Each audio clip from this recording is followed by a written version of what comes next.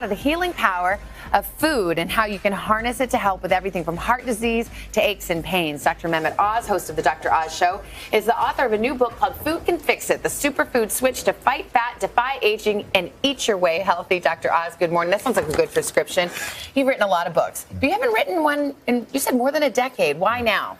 Well, the books I wrote, they were called the U books, and we had 7 New York Times bestsellers, and I loved writing them. But I kept feeling over the last few years that science still had to catch up. Fundamentally, and doctors all know this, and things I'm going to talk about here will fix many of the problems we're struggling with. You want your doctor to help along the process.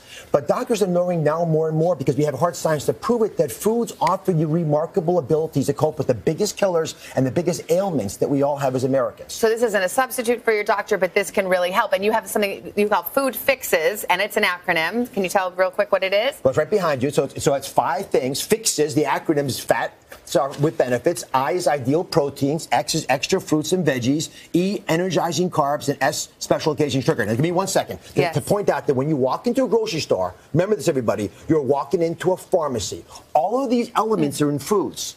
And that's important to know, but it's also a sacredness to food. And there's elements of food that you haven't thought of. The temperature of the food, the mouthfeel, all these affect how your body reacts to it. And we have some good examples here. Let's start with the fats with benefits. So heart disease is probably the best example I can give you of how foods can fix it. You can sprinkle a cholesterol drug on kielbasa. That doesn't really work as well as you might think. So fats with benefits are healthy fats. They're omega-3 fats. They're bendy fats. Okay. And you want those fats in your heart. They allow your arteries to work better. They also elevate the good cholesterol and don't hurt your bad cholesterol. So you can get the oils, but I like the real versions of it. So you get olive oil or the olives, edamame, which is probably a great protein source for a lot of folks as well. Avocado's got healthy fats in it. All the nuts and the nut butters. Listen, people get worried about these. They think they'll get fat. They don't. It actually helps you because it got so many nutrients. You love a lean protein? Ideal proteins. This is a chicken dish that we have a recipe for this that my wife designed. But here's the deal. This has 40 grams of protein, folks. 40 grams. Forget the protein powder. 40 grams of protein, 3 grams saturated fat.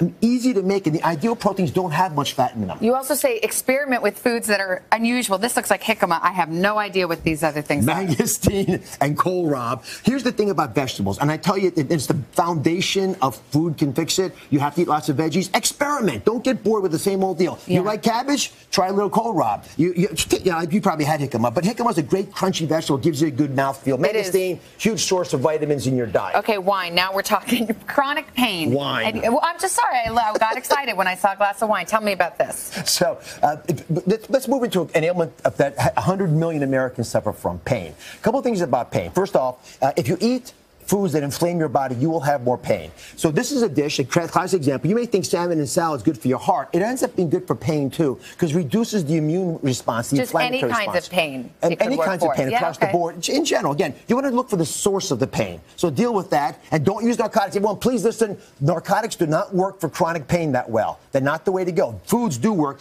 Wine has resveratrol in it. It might be part of the reason. It's not the alcohol. It's not getting drunk. Right. It's eating together and bonding. And that's to the sacred value of food.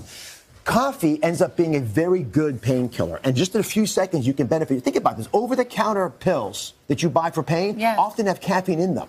It potentiates by about 40% the other elements of the pill. In people who are subject to having pain in their lives, caffeinated beverages can reduce the pain almost 50%. What does the cinnamon do? Cinnamon helps with inflammation because it helps your liver react better to sugar. You can add it to the coffee. It's a great 1-2 punch. Sugar is one of the worst things for pain. I love you call this the 10-second pain reliever? They have done studies on this. I don't understand. It's water. Yeah, it's water. How can drinking water not be your first thing? Because if you're truly dehydrated, pain is one of the ways your body says, hey, you need more water. Go get it. Food and also cold water helps especially. Oh, it's better. Okay, and then food helps your mood? For people, we dig into a tub of ice cream because we see a snarky text about us. Yes. So food is supposed to be emotional, supposed to hook us up. The thing to remember about foods is you can create food habits that are actually healthy emotionally. So you might go for potato chips or that ice cream I mentioned, or you can go if you want sweet with an apple, in this case, with some peanut butter. If you want something crunchy in your mouth, you can get chickpeas, but put some spicy things on them to get the mouthfeel that you want. If you want creamy, go for the yogurt blueberry mix. You can, and with a little vanilla. You can make food work for you. Don't see it as a bad thing that is emotionally hooked to you. Food's supposed to drag you in.